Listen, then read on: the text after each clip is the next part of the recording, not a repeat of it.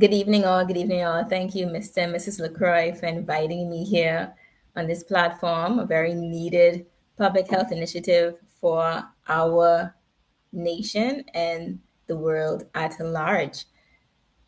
My topic today is Mind Matters, a nutritional perspective. And just to get our excitement going, I will share a short. Am I able to share my screen? I think so. I'm going to share a short video if they allow me to. Let's see, this is going to work. If you don't see the video or hear it, please say something. Have you ever noticed that food can impact your mood? More unhealthy foods at the start of the day usually affects me more. I'll be more down, I'll be able to concentrate less. Bakery foods like brownies, cakes, donuts, they keep me up for ages. If I'm not eating well, I might feel like grumpy more or like not in the mood to do things. Yeah, same thing, sort of like eating lots of sugar and then you just like sort of crash after. If you're eating bad foods over a long period of time, that takes a toll mentally. You feel not as good as you would if you were eating healthier or nourishing your body. If I eat like super processed foods, I do feel that I'm like more tired and that's true. lethargic, but I do like need a bit of this as well. In the afternoon, it's a little treat. As I get older, I realise that there's such a clear link between your brain and your diet. Well, according to scientists like Professor Nick Spencer, that gut-brain connection goes even deeper than just your average afternoon sugar crash. So when we talk about our gut, what exactly do we mean? We're talking about really a conglomerate of different cell types and really different organs. Esophagus, stomach, small intestine and colon, and that's what we call the gastrointestinal tract. So Nick, when it comes to our gut, it's not always seen as the most glamorous or even the most important part of our body. Why is it that we should be paying more attention to it? So you're absolutely right, Amelia. People used to just think of the gut as an organ to absorb nutrients and provide energy and expel waste. What gathering and emerging data suggests is that connections between the gut and brain and gut can have a major bearing on our health and well-being, particularly mental health. So how do you actually know all of this? How have you observed it? The first thing that most people may not realise is that the gut's actually evolved with its own nervous system. So we call that the enteric nervous system. The significance of that is that the gut's actually able to work on its own. So we call it the second brain. So a lot of our research is how does the second brain communicate with the first brain? So these are actually some of the sensory nerve endings that we've photographed in the gut wall. Our so-called second brain contains literally hundreds of millions of individual neurons. And while Nick and other researchers are trying to work out what all these nerve pathways are doing, they know that what we eat and then what happens here could be having more of an impact on us than we realise. What we eat is a way in which we provide the necessary ingredients for our cells. So we need the ingredients to make the right neurotransmitters to make us feel right. Chocolate's a plant. Dr. Megan Lee is in the field of nutritional psychiatry and says another thing to think about is our gut bacteria. So we are actually 99% bacteria and only 1% human. So everything about us is all about this bacteria inside of us. So we have billions and billions of good and bad bacteria that live in our gut and our stomach. And those guts, when they are happy, we are happy. In fact, almost all of our body's supply of serotonin is manufactured by our gut bacteria. And serotonin is one of the body's natural chemicals that control our mood. And that brings us back to those nerve pathways. We're just starting to see that 90% of the feel-good chemicals that we produce in our body are actually produced in our gut and then sent kind of up to the brain. When it comes to what we put in our gut, you probably won't be surprised to hear that there's one kind of food that isn't so great for our mood. Stuff that's ultra-processed. Those are foods that have been changed so dramatically that it no longer really resembles the food that it once was. And what we're finding in the research is that the higher your consumption of ultra-processed foods, the more likely you are to experience negative mental health and a decrease in mood. Okay, that makes sense. And so it's just kind of the way our bodies have evolved, I guess, because we wouldn't have had like ultra processed foods back when we were cave people. Exactly. And there are only a few tribes left in the world, the Hadza and the Maasai tribes in Africa, who have never been exposed to ultra-processed foods. And a lot of scientists and researchers are doing research on them, and their gut bacteria is so much more evolved. So the more fruits, veg, nuts, seeds, raw, whole foods that you eat, the better your mood and the happier your brain. Megan, is it okay though to sometimes just have a sweet treat or have takeout? Absolutely. So if you have a fine balance between 80% whole foods, maybe 20% ultra processed foods, then you're doing a lot better than most. Okay, so we will end there. Let's get back to our regular programming. So I want to share my screen again so you can see my presentation. We're going to be speaking about mental health. Mental health, a nutritional perspective. So this new update on Zoom is a bit different. And so I may need a bit of a guidance, Mr. and Mrs. Okora, in terms of the share screen for the PowerPoint. When I click on the share screen, I will share my entire screen, and let's see if my PowerPoint is it showing on the screen now. Yes, we see it. Okay, thank you. All right, so mind matters. Mental health is a topic that has been gaining a lot of attention recently, and for good reason, because many persons are experiencing various disturbances and imbalances in their mental health and well-being for a variety of reasons. Mrs. Okoroy would have emphasized that this public health initiative is is influenced by spiritual principles from a Christian perspective, and we always want to remember that no matter what's happening in our circumstance in our lives, our first source of strength and mental well-being is a spiritual one.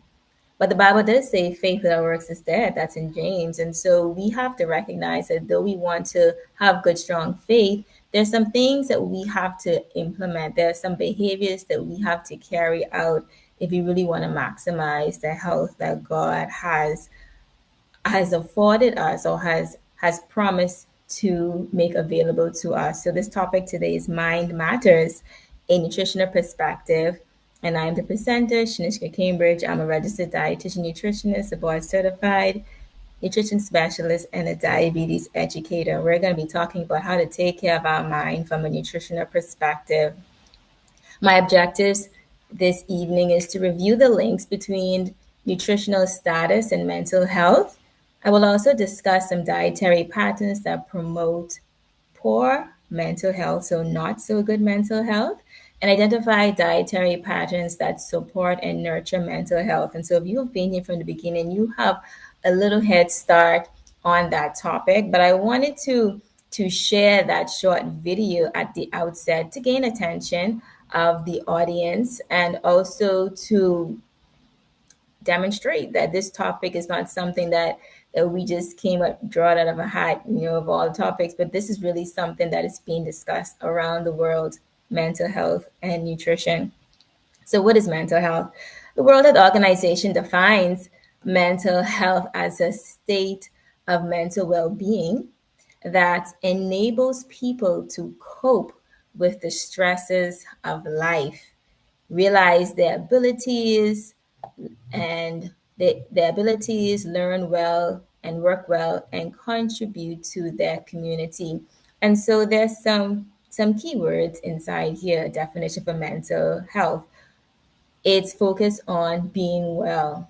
It's focused on helping for us to be able to cope with the various stresses and the changes in life, help us to maximize and attain our God-given abilities that we can learn well, we can work together with other people. And here in our country and around the world, we hear so many horror stories in the news about different social ills and things that are happening. And I put it to you today that a part of what is contributing to all of these things happening in our country is overall low nutritional status and health in general, we tend to forget that sometimes we are holistic, right? And so we're not just a, a physical person. We have spiritual dimensions, mental, emotional dimensions, and each of those interact and affect other things. And so what I present here today is an opportunity for us not to just prevent conditions such as diabetes and obesity, which we always talk about for nutrition, but also in a way to promote our mental health and well-being in such a way that we're able to prevent and manage some of our social problems. Okay. So, caring for your mental health. The National Institute of Mental Health in the United States has some tips on how we can care for our mental health. And these things, they sound good. Get regular exercise, eat a healthy diet, drink sufficient water, make sleep a priority, set goals and priorities, practice gratitude, focus on positivity, and get emotional support.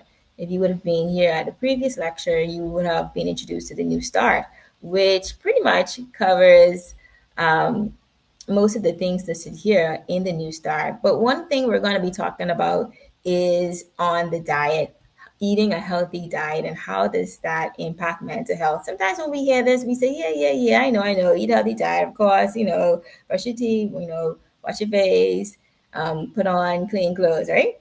It's almost cliche, but really what's happening? Why are we always being told that eating a healthy diet is going to help with health in general? This is a very interesting slide here. Dr. Uma Naito, she is a pioneer in a field called nutritional psychiatry. I know, right? Come on, Hope. Grab your seatbelts, buckle up. This is going to be an interesting ride. Nutritional psychiatry. Now, most of us here, we have never heard that term before. And when I heard the term, I was so excited, because I'm all about nutrition, health and well-being, holistic health. And I'm like, nutritional psychiatry, interesting.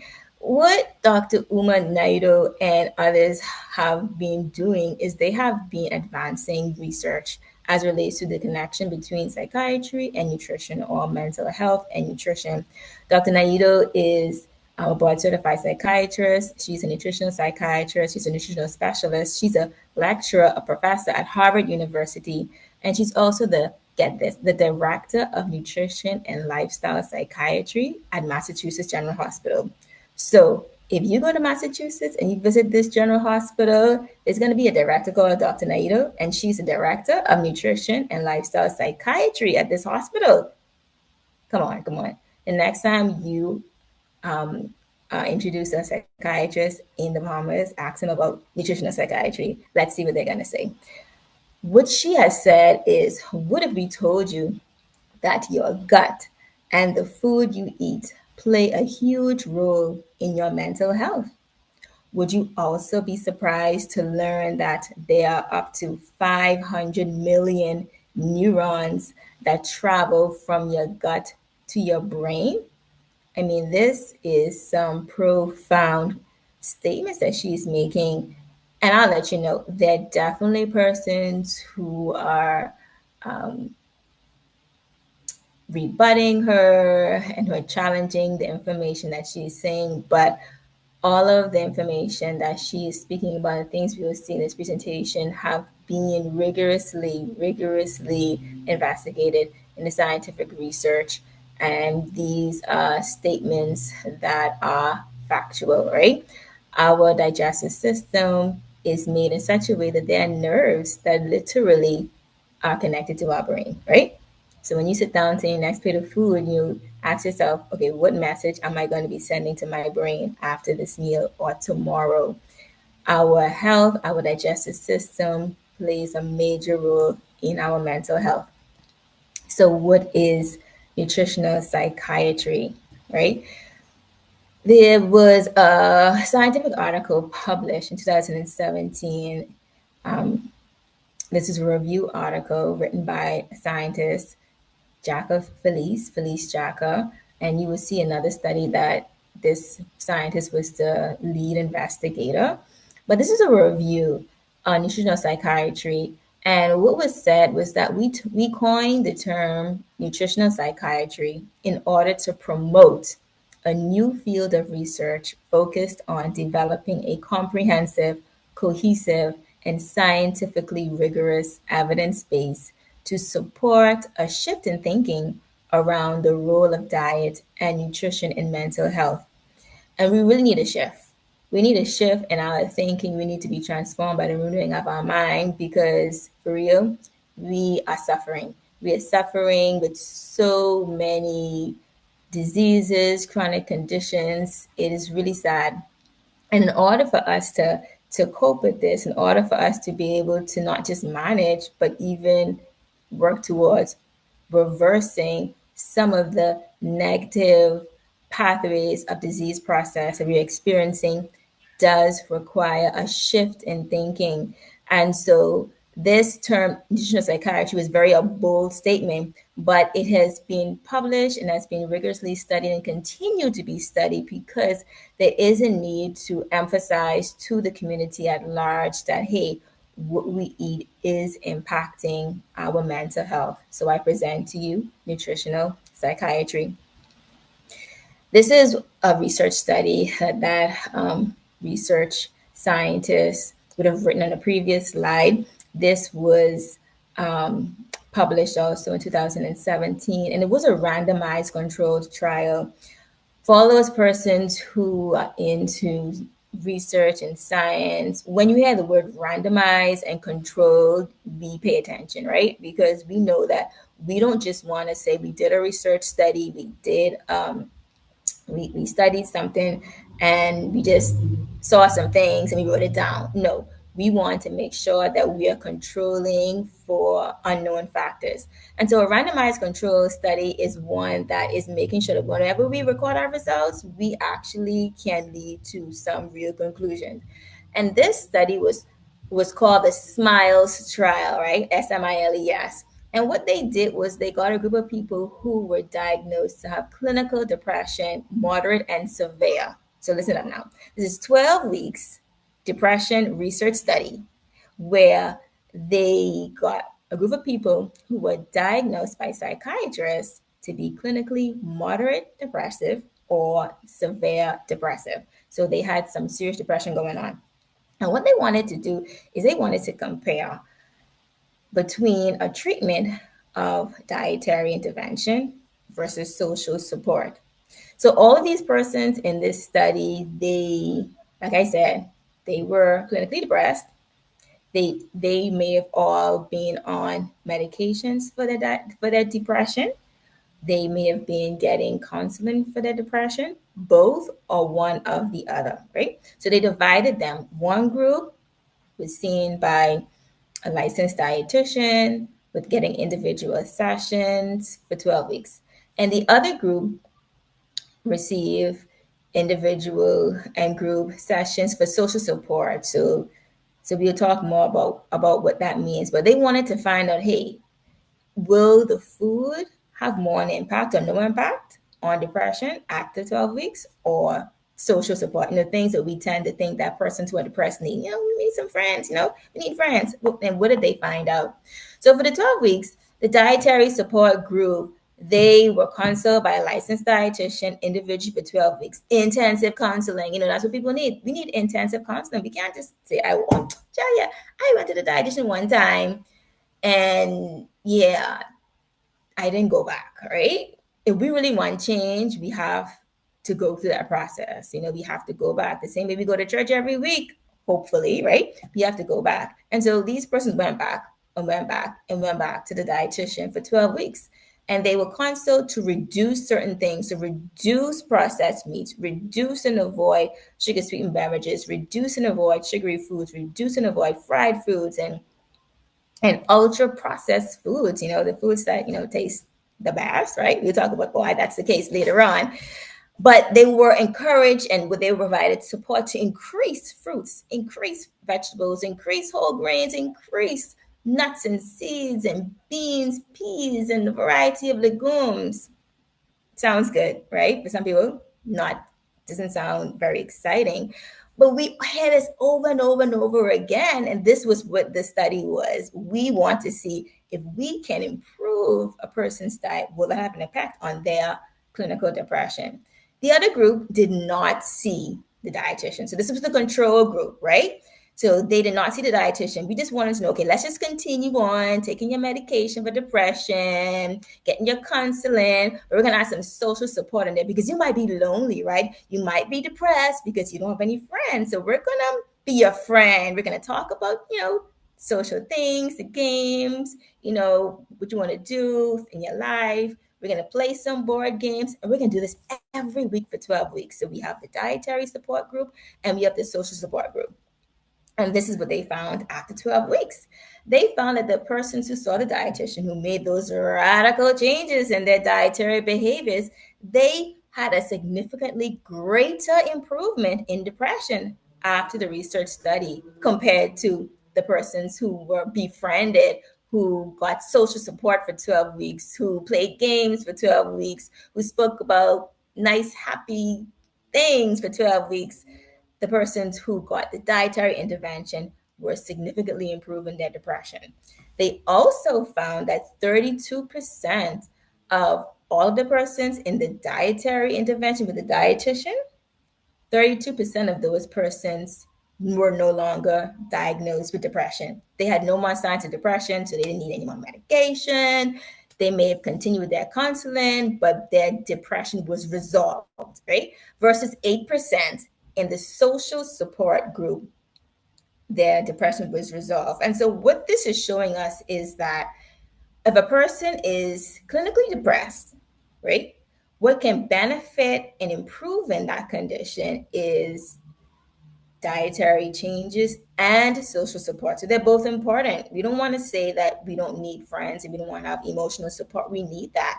They both are effective. But in this study, when we compare them head to head, the dietary intervention was more powerful in improving and reversing depression for more people than the social support alone. And so now this is promising because now this opens even more treatment interventions for persons with mental health conditions. We're not just focused on the medication and the counseling alone, but we really have to look at the holistic lifestyle behaviors. So why is this the case? If you were here earlier and you missed the video, don't worry about it. You can see the replay later on. But the reason why this was happening, the reason why the group that was seen by the dietitian intensively once a week for 12 weeks, the reason why they had better results in improving their mental health was because there's a connection between the brain and our digestive system. Some call this the gut-brain axis, right? And so we see on this picture, the brain is to the top, and there's this lavender, these are nerves and neurons that attach to the brain, the little fingers, and it's going all the way down to our intestine. That's our large intestine to the bottom, right? This particular slide has some words on it: depression, anxiety, etc., and so forth. We'll get to that, but we want to see why is it that what we eat can impact our brain. And so when we look at this slide here, for those persons who may not be familiar with the anatomy of the digestive system, on the right-hand side, we see a human. Okay, so on the top is the mouth. So we eat our food, we drink, we chew, we swallow. It goes down our esophagus, then into our stomach, then into our small intestine, out to our large intestine. So if you see on the right-hand side, the shape of the organ that says large intestine, small intestine is resembling on the left-hand side that's connected to the brain. So that's where that came from at the bottom left. It came from the bottom right.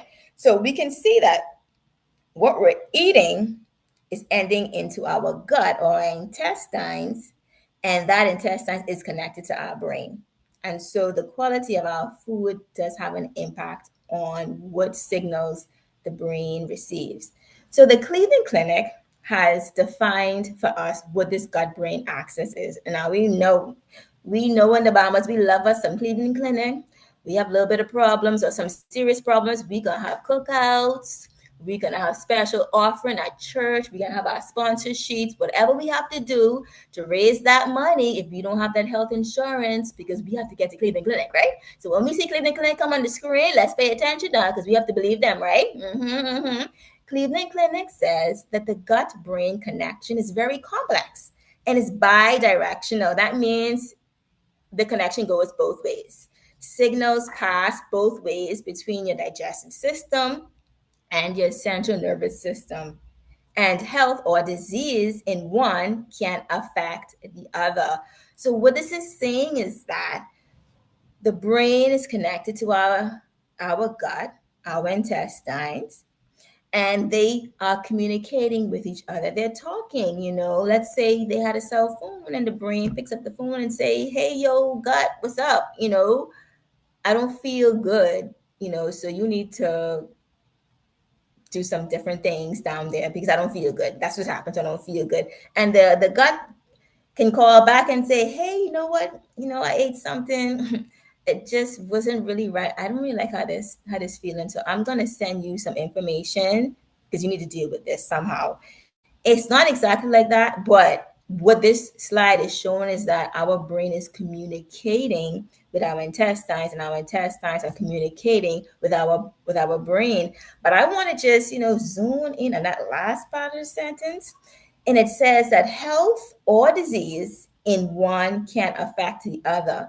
So that means then if you have a mental health condition, that's near the brain, right? That can impact your digestive system.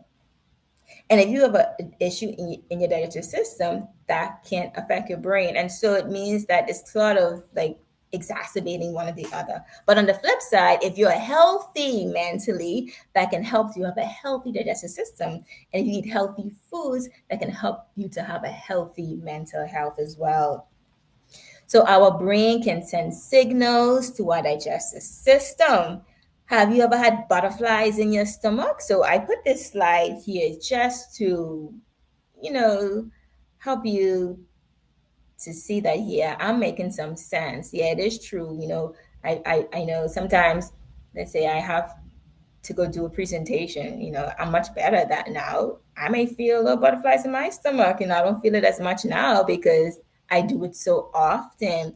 But we know that there's sometimes we feel butterflies in our stomachs. There are no butterflies in our stomach, but something happened in our brain and it sent some signals to our digestive system, and we felt that. And so we can see how, yes, the brain is connected to our digestive system. It's sending down signals, and the reverse is true. Our digestive system can send signals to our brain. And so, what we're saying here is that certain dietary patterns can increase the risk of mental health problems such as depression and anxiety, as the research is showing us. Right. So one of those research studies was published 2017 in a journal called Proceedings of the Nutrition Society, prayer reviewed journal. For those persons who are into scientific studies would appreciate me saying that. And what they found was that unhealthy diets high in processed, high fat, high sugar foods in adolescence and adulthood are shown to be positively associated with the common mental disorders, depression, and anxiety. Now, they didn't have some really credible information. They could not publish this. And this is being published over and over and over again. So they're saying is that not only does unhealthy diets increase our risk of overweight and obesity, type 2 diabetes, high blood pressure, chronic kidney disease, breast cancer, et cetera, et cetera, et cetera, they're saying that these same things are associated positively, meaning that as we eat more unhealthy diets, our these common mental disorders go up. And it's not saying that the unhealthy diet is making it better. It's saying that as the unhealthy diet goes up, the common mental disorders association, depression, and anxiety also goes up. So that is what is meant by a positive association. So not a good thing, right? So again, this is something to pay attention to. So what messages are our diets giving to our brain? What messages are your diet giving to your brain, right? Are we eating high fats a lot, high sugars, high processed food, junk foods, fast foods? And what messages are we sending to our brain in that way? Or are we eating foods that were emphasized in that research study for the persons who were clinically depressed?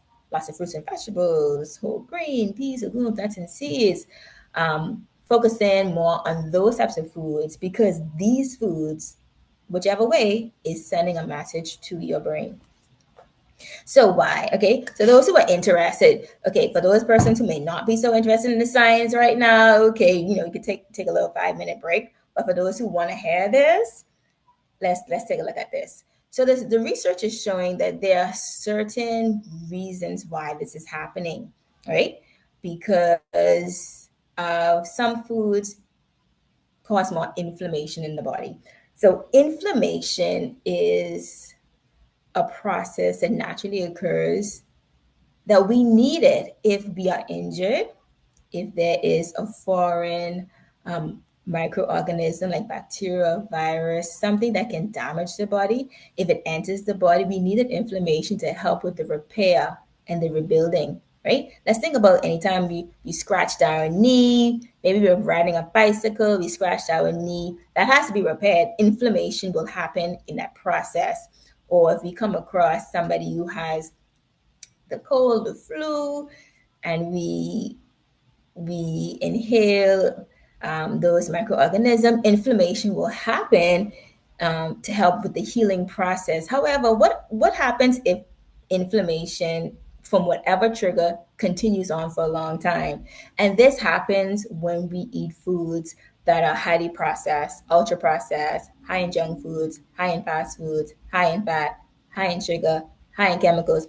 Those high in animal-based diets and not plant-based, those promote more inflammation. So now, because we eat every day, right, for survival, now this becomes chronic.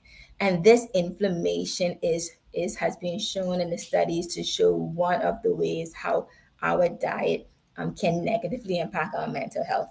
Oxidative stress is another one. So oxidative stress, sounds, very scientific, but essentially, oxidative stress just simply means after the body metabolizes anything in the body, it produces something called free radicals. Normally, our body should be able to get rid of those things because we're going to be eating vitamin C, rich foods, foods rich in antioxidants, which is going to be good, colorful foods, etc., and so forth. But then if we have too much of this oxidative stress going on because of our unhealthy diet or not getting enough exercise or having too much stress, then that makes it worse. And so a diet that promotes more oxidative stress will also increase the risk of mental health problems. And then the final one is the gut microbiota. And I want to focus more on that right now. So the gut microbiota just talks about good bacteria, bad bacteria. Many of us have heard the word probiotics before, and that's why people want to get the probiotic supplements, or they may want to get yogurt or kefir. Some of those things don't have active probiotics in it. But what we do know, that is something happening in our intestines that is dealing with the bacteria in there. There's some that are good, so quote unquote, and there's some that are bad. If we have a healthy balance between the good and the bad, where the good is taking predominance over the bad, then those good bacteria, they produce things. They produce things like serotonin, which are those feel good neurotransmitters that go to our brain and tell our brain to feel good. And for persons who are clinically depressed, the medications that they are given are designed, some of them, to increase the level of serotonin in the blood to get to the brain. And so what I'm saying is that God has created our body in such a way that if we're eating the foods that God has designed us to eat from the very beginning, high in fiber and high in plant-based foods, our good bacteria would have the food that they need to produce this serotonin to help to balance and have a good mood. Our good bacteria also produces something called short chain fatty acids after they break down fiber. For example, coming from things like beans is an example. Those are very good in helping to create these short chain fatty acids like acetate and butyrate. And these also help with mental health as well. And If we have a lot of good bacteria in our intestine, it helps to protect the lining of our intestine so that toxins stay in the large intestine and are excreted in our stool, right? We don't want the toxins to be leaking out of our large intestine going into our blood. And that happens with a lot of people because the lining of the intestines, it becomes permeable. So it starts leaking. They call it intestinal permeability. But if we have a lot of good bacteria, this helps to reduce that occurrence. And so these are some of the ways of having a good balance of healthy um, gut microbiomes, healthy good bacteria, and less bad bacteria can help with promoting good mental health. So the flip side happens if we do not eat a diet high in plants, fruits, vegetables, nuts, seeds, legumes, whole grains, high in fiber, but we're eating, on the other hand, high sugar foods, high fat foods, high processed foods, high junk foods, then we will have more of the bad guys. So we see him, the quote unquote devil looking bacteria with the fork, the black one, that one. We have more of them. And so you're going to have less of the neurotransmitter serotonin being produced. You're going to have less of the short chain fatty acids being produced, and our intestines are going to become leaky. And these things are associated with an increased risk of developing depression. And so if depression runs in your family, you definitely want to look at this because we want to do everything that we can to reduce our risk of depression. All right. Now you might be like, man, Cambridge, you're making sense. And you sound like you're a little bit of smart, right? Right? But it's so hard to eat healthy. I could find where the greens are, but I like to wear green, not so much eat the greens, right? Why is this happening? So let me tell you why it's happening.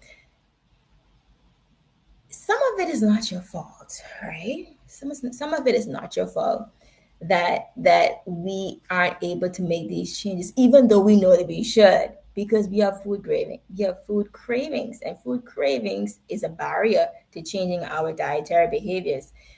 You know, for most of us, we know how to fill in the blank particular for this particular um, statement here. Once you pop, you can't stop. So why is it that when we eat certain foods, we just can't get away from them and we just want to go back, even though we're trying to stop? And it's because food scientists, smart biochemists, biochemists like myself have learned how to manipulate food in a way to get you to be addicted to it. I could recall my first job offer after finishing my first degree, where I studied environmental chemistry and biochemistry. It was in the food lab. And I went to the biochemist, and it was my interview. I'm so smart. I'm going to get a job, right? And he said, I want you to smell this this vial. So a vial is a tube that if you work in a chemistry lab, you would be putting substances in during your experiments and when you are developing things. And he said, smell this. And so I smelled it and he said, what does it smell like? I said, it smells like strawberries, but there are no strawberries inside the lab, right? He said, if you come to work for me, and he wanted me to work for him because I got good grades, right? You will be helping me to create artificial flavors, artificial aromas that we will sell to the food company.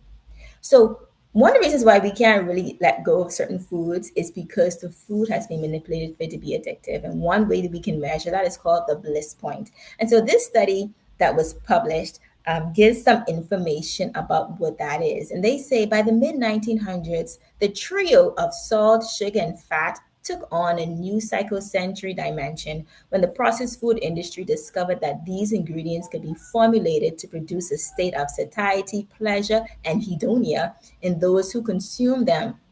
The American market researcher called this the bliss point. So essentially, what they're saying is that the food industry knows how to put together food substances and chemicals in such a way where it releases lots of dopamine, another neurotransmitter that lights up the brain. Look at the right hand side, top right. That brain is all light right up, right? Those feel good hormones, neurotransmitters, and that is what's happening after we eat certain foods that are ultra processed. And that's what makes it so hard for us to let it go. So we see another way how food impacts our brains, right? So what can we do? What can we do? What nutritional strategies we can do to help us improve our mental health, right? Well, first we have to have the right mindset.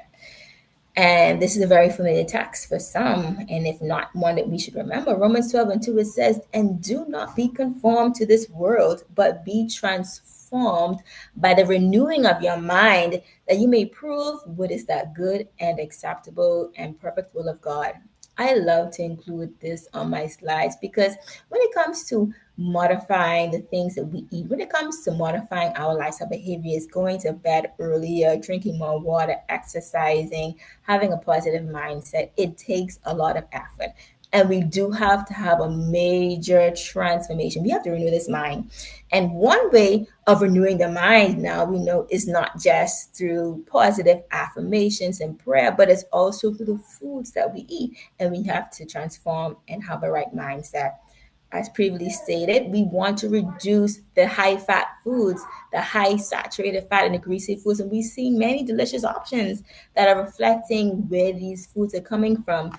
The higher fat consumption will increase the risk of the bad bacteria being produced, the making our intestines more leaky for toxins to go out, and it's associated with a higher risk of poor mental health. So we want to reduce those, but we want to emphasize healthy unsaturated fats. So these are going to be things like in your nuts, in your seeds.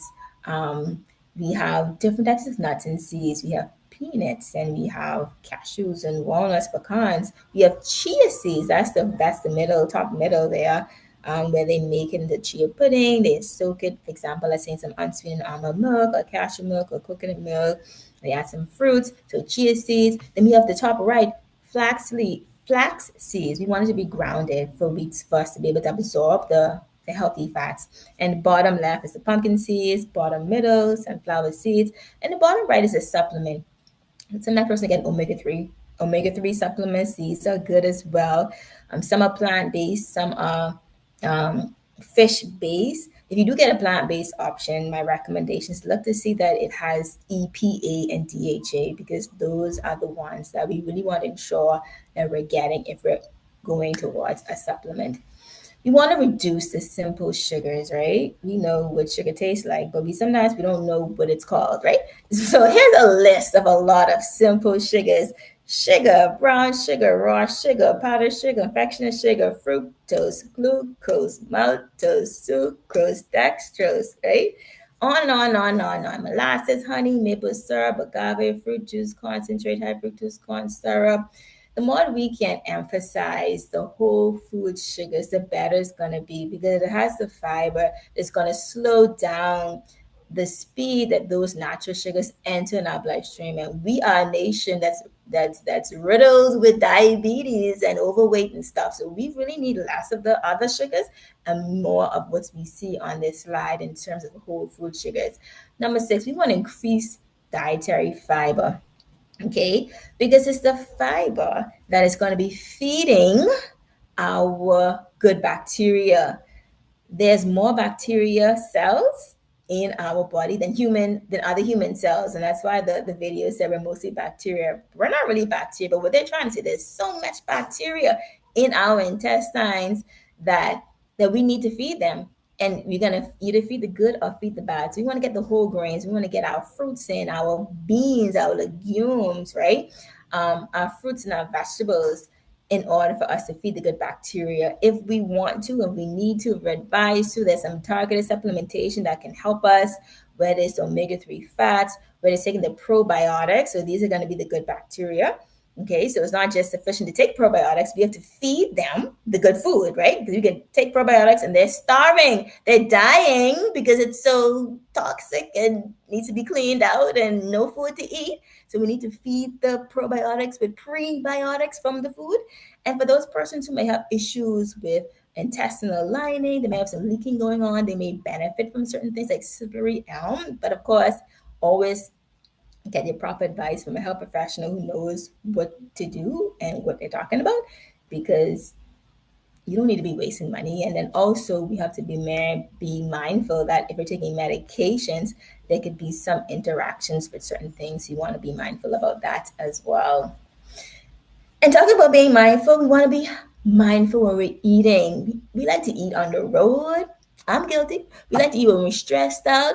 We're cooking and we're eating. We're cleaning the dishes and we're eating. We're cleaning the bathroom. Probably even doing homework, doing all kinds of things while we're eating. We're really eating the time we need to stop. We need to relax. We need to think about what's happening. Am I really hungry or am I thirsty? Right? Because we can have all of the healthy, the beans and the whole greens and the whatever. But if we're eating in a stressed environment, we're still producing extra toxins and we're still going to be contributing to poor health, right? So we want to be relaxed. We want to think about my hunger, the hunger that we have, eat the right amount of food, focus on your feelings and your thoughts, and see how hungry you are after halfway through the meal, because sometimes we don't have to eat all the food, especially if we're trying to lose weight. But of course, always see a licensed dietitian to make sure that you are getting all the nutrients that you need, so you're not going to get malnourished. Then you're going to be make sure you're targeting the right things. If you have diagnoses and conditions, to make sure you're having the correct quantity and types of foods. Mindful eating, and you want to have some really smart goals. Sometimes you want to achieve too much things in a short period of time. But on the flip side, depending on your state of health, you may have to be aggressive sooner rather than later because time is of the essence, right? And so put all those together, get the help that you need, get the advice that you need, and think about what is it that you're going to eat and what thoughts you're going to have based upon the foods that you eat. And you make it just your choice. And remember, a journey of 1,000 miles begins with a single step. These are my references, and this is the end. I thank you for being such a wonderful audience. I'm done. Are there any questions based on our presentation this evening? Do you have any questions for our presenter, Mrs. Cambridge?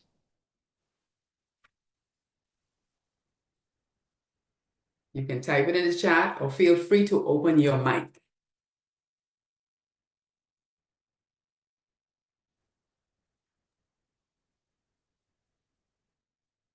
Hello. Okay, we have Dr. Tony Frankson. Go ahead. If someone is prone to anxiety, which is apparently one of the most common mental disruptions, what would be the dietary requirement, the dietary recommendation to help to support that person along with the counseling and so forth?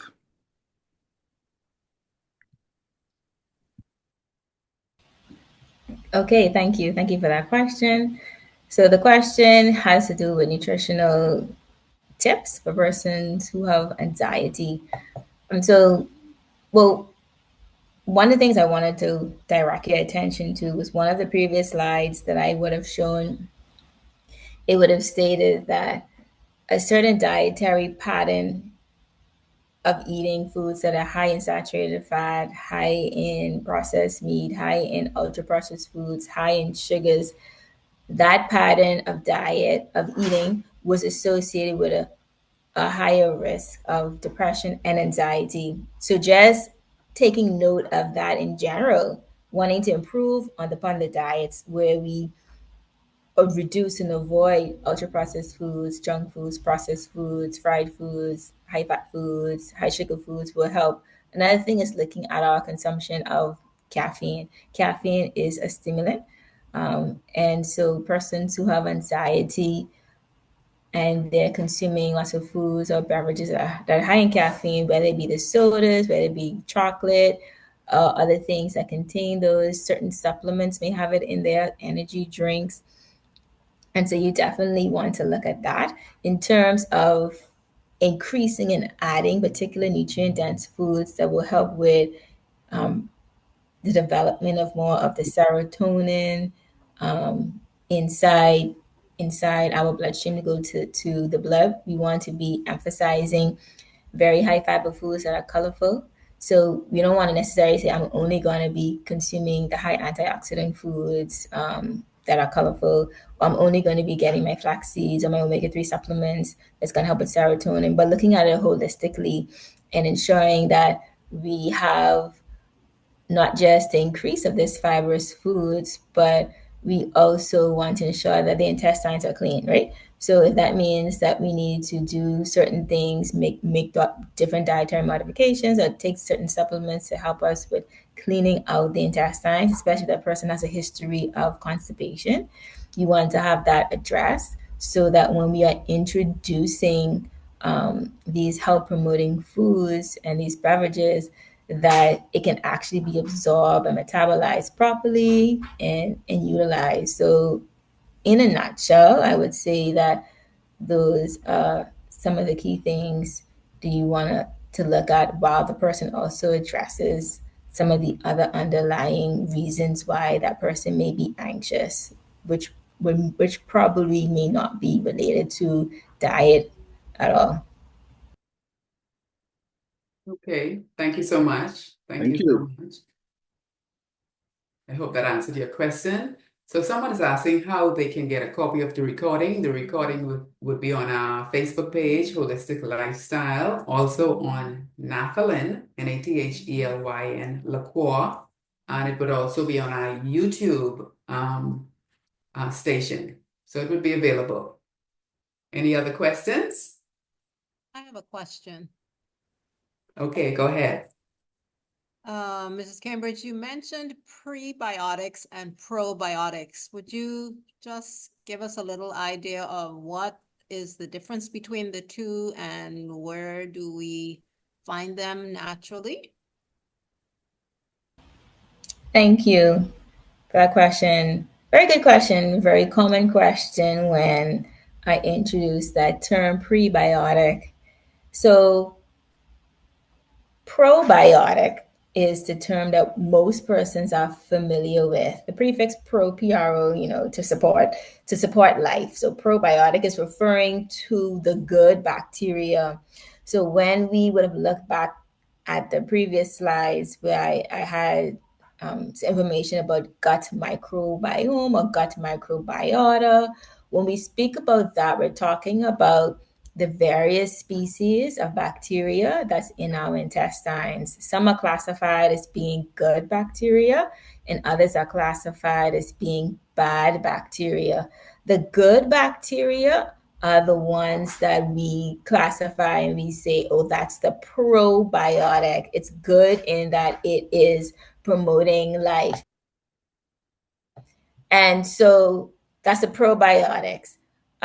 Where are we going to find these probiotics? Well, the way the has been designed, those probiotics will naturally live there, right?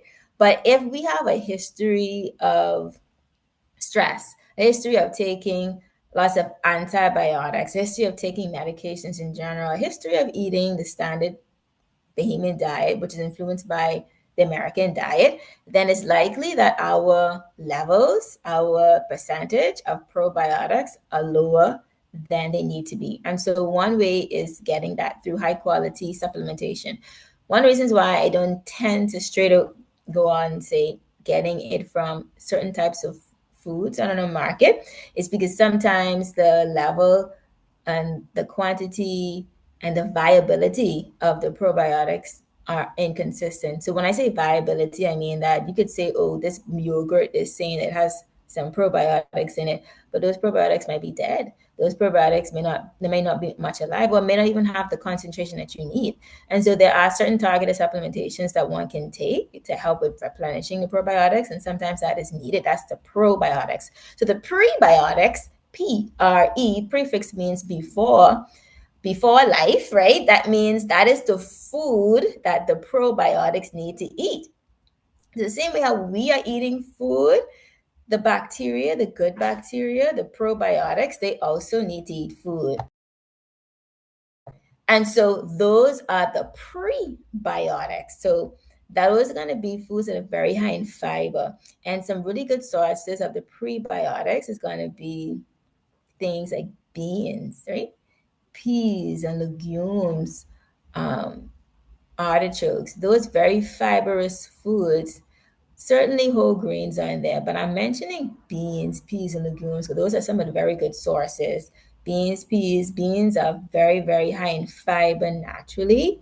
They're one can be arguably, in terms of a natural food, the highest in fiber. Of course, we have fiber supplements, but we really want to get our fiber from food. So foods that are very high in fiber is going to be the prebiotic. Those are the foods that the good bacteria, which is the probiotic, is eating. Okay? Thank you. Okay, thank you so much for the answer to that question. Another question, and we'll take one after this, and then we'll wrap up. Can a healthy diet combat or diminish the onset of mental illness that runs in families? Those genetic challenges that persons have with mental imbalance? Can diet help?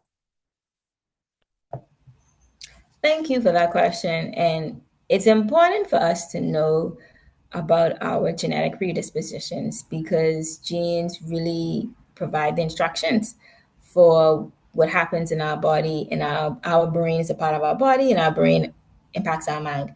And so certainly the research is there to show that there are some persons who have a genetic predisposition to mental health conditions. And so anybody who has a genetic predisposition to anything, has a higher risk. But there is a field of study called epigenetics. And I want you to look it up. Epigenetics. So TICS. Epigenetics is the study that looks at how does the environment or how does our behaviors impact genes. So genes can be viewed in this context as a light switch. We can turn it on, we can turn it off. And so what the research is showing is that there are certain conditions where our lifestyle choices, which includes our diet, which includes our stress management, which includes these things, it can turn on and turn off a gene so that if you do have a genetic predisposition to something, you don't absolutely have to succumb to that. I cannot absolutely say that the healthy diet practices will guarantee that you would not succumb to a mental health condition if it's genetically running in your family. But what I can say based upon the research is that healthful dietary patterns, such as those spoken about in the presentation, have been shown to not just lower the risk of this, but also help to improve in the treatment and the management, and even in some cases, the reversal of those conditions. So that's the best way to look at it. That do the best you can. We can do all things through Christ who strengthens us, and that's the best we can say about that. Thank you. Thank you so much for the answer to that question. I think that's it. I don't see any more questions or comments in the chat. I don't know if anyone else has a question they would like to ask audibly. If not, we want to thank you all for coming today. I had put a question in the chat, but I don't know if I sent it. I didn't see it. I wanted to find out, what about those drinks that are labeled caffeine free? I know she's talking about caffeine. How safe are they?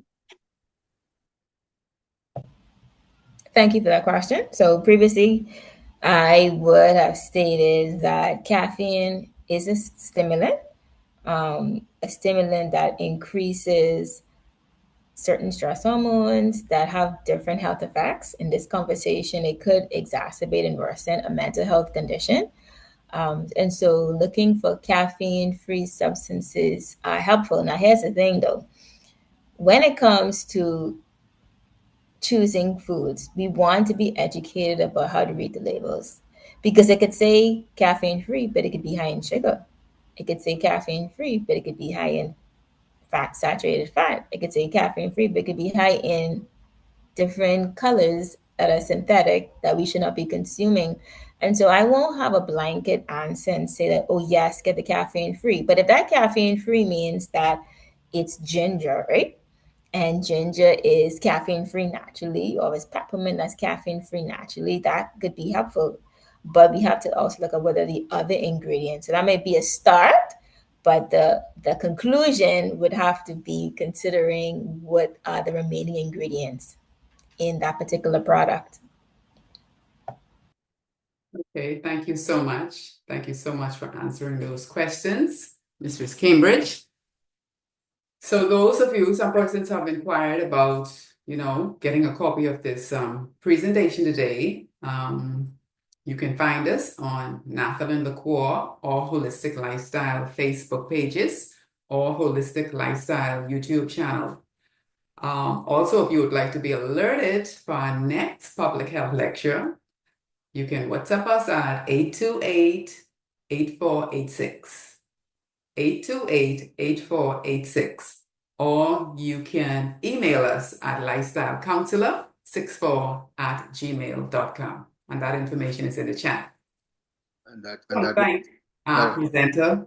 That WhatsApp has to include 242, right? Yes, 1242. Yes. And then 866, etc. Yes. Some of us are listening to you from outside of the Bahamas. Yes, we do have some persons.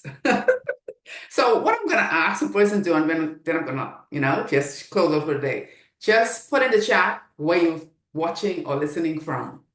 Just put where you're watching or listening from. And then we are going to wrap up and have the closing prayer. New York. Okay. There's someone from New York. Canada. Turks and Caicos. Welcome. Mandeville, Jamaica. That's where my alma mater is. The university I attended is in Mandeville, Jamaica. Thank you all so much for coming. Panama. Another Mandeville, Jamaica, of course, Nassau. Okay. We are happy that you all joined us today. Abaco. It's one of the islands in the Bahamas. New York. Yes. Grand Bahama. Thank you all so much for joining us. It was a pleasure having you. So, of course, if you want to be alerted, give us that contact so that we can just send that broadcast out to you. Thank you all so much for coming, and we encourage you. We really encourage you. We're not just having these public health lectures for you to come and listen and glean information. We would like for you to make an effort to incorporate some small nugget of changes based on what you've heard today, And remember, it's not very hard because you're not going to be doing this alone. You can do all things through Christ who gives you strength. That's coming from the Word of God. Okay? So thank you all so much for coming again. And thank you so much, Mr. Shanishka Cambridge. I love the evidence-based information that you gave. So coming now with our closing prayer is Dr. Vanessa Miller. And then we will see all of you, God's willing. And remember to invite a friend to come along on January 19th at 5 p.m. Next month, we're into a brand new year by the grace of God. Thank you all so much for coming again. Dr. Miller, with our closing prayer. Let's bow our heads together. Father, we thank you so much for this time that we have spent together. Thank you for the opportunity that we have had to share and to learn about the impact of our diet and nutrition on mental health. I pray, God, that the information that we have shared tonight will be a blessing to us and that we will share it with family and friends so that they too can learn and we can remember what we learned and help us to apply it to our lives, we pray. Thank you again. In Jesus' name, amen.